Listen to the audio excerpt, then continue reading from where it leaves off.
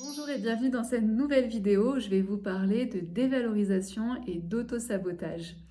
Alors avant de continuer, je vous invite à vous abonner à la chaîne pour pouvoir recevoir toutes les nouvelles vidéos. Alors je reçois de temps en temps des messages de femmes qui me disent soit qu'elles ont l'impression de tout le temps se dévaloriser, soit des femmes qui me disent qu'elles ont toujours l'impression d'être dans des auto-sabotages. Et vous allez voir aujourd'hui que souvent les deux sont liés. Donc vous verrez en fait si ça vous parle et si ça fait écho en vous. En tout cas, ici, je voudrais vous expliquer une des raisons pour lesquelles on peut avoir tendance à se dévaloriser. Pour moi, au début, quand on est bébé, à notre naissance, on est finalement un être humain qui est pur, innocent. Et c'est vrai qu'on a cette énergie divine qui circule en nous. D'ailleurs, on peut le voir quand on voit un bébé, on voit qu'il y a quelque chose qui rayonne autour de lui. Et tout simplement, en fait, c'est lié au fait que il n'a pas de pression sociale, il n'a pas été conditionné par certaines choses. Et donc, son énergie divine, son énergie vitale est totalement en train de circuler en lui. Donc, plus on grandit, plus l'enfant va grandir, plus le bébé va grandir, va devenir enfant, adolescent, et plus on va rentrer en fait dans ce monde de dualité, avec aussi cette perte finalement de notre essence, de notre source, de qui nous sommes vraiment à l'intérieur. Bien sûr, il y a l'ego qui va arriver avec comment se protéger, comment se différencier, comment se faire aimer, etc., etc.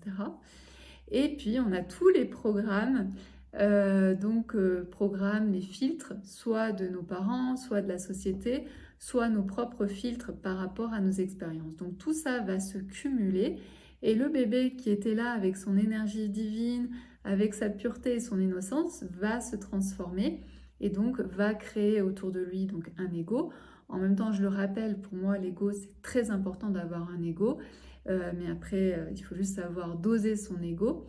Et puis, donc, on va avoir l'ego, on va avoir le conditionnement social, le conditionnement des parents, nos propres expériences qui vont créer en fait tout plein de schémas et de programmes. Et donc, en plus, plus on accumule ce genre de choses et plus on perd en fait notre essence de naissance et plus on va commencer à se perdre. Donc on va s'identifier notamment donc à certaines pensées et on va perdre notre souveraineté. On va perdre nos identités et notre identité et on va s'identifier à certaines identités comme l'identité de qui je suis comme enfant, qui je suis comme adolescent, qui je suis comme jeune femme, etc., etc. Donc on va s'identifier ensuite à des sortes de pancartes au lieu de s'identifier à qui nous sommes vraiment.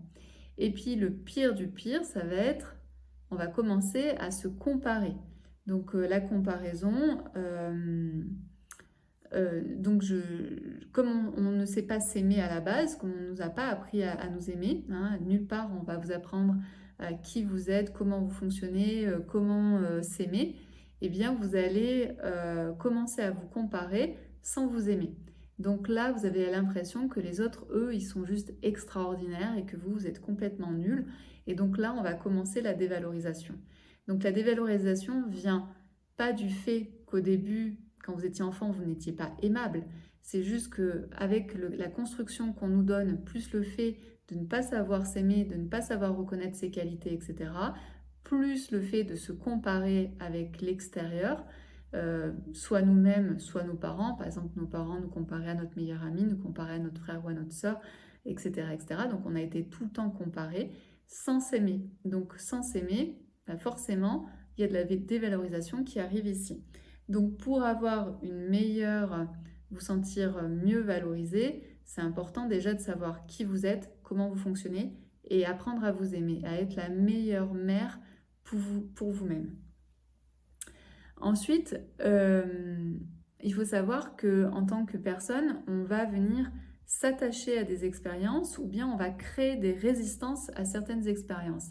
Dans tous les cas, on va créer des cristallisations parce qu'en fait, on ne sait pas faire autrement. Soit, par exemple, je vais m'attacher à cette relation amoureuse et je vais me cramponner, et même quand elle est terminée, je crois qu'elle est encore là, que cette relation est encore vivante. Ou alors, je vais rentrer en résistance et je vais dire, mais non, en fait, cette relation n'est pas terminée et je rentre en résistance. Donc ici, on avait une énergie qui circulait bien quand on était enfant, et plus on grandit avec nos expériences et toutes les couches que j'ai déjà dites, et bien finalement, on commence à faire des cristallisations, et des cristallisations sur tous les plans de notre être. Pas seulement au niveau du corps physique, mais au niveau émotionnel, de notre corps émotionnel, de notre corps énergétique et aussi de nos corps mentaux où on crée des programmes.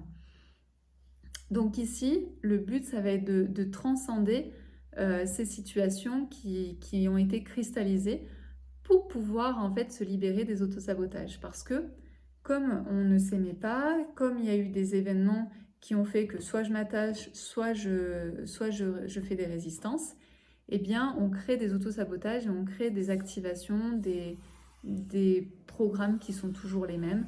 Et on répète et on répète, et c'est pas forcément des programmes qu'on a envie d'avoir dans notre vie. Voilà pour cette partie de pourquoi finalement on peut avoir du désamour ou de la dévalorisation pour soi-même et pourquoi finalement cette dévalorisation de soi-même entraîne aussi des cristallisations et donc des autosabotages.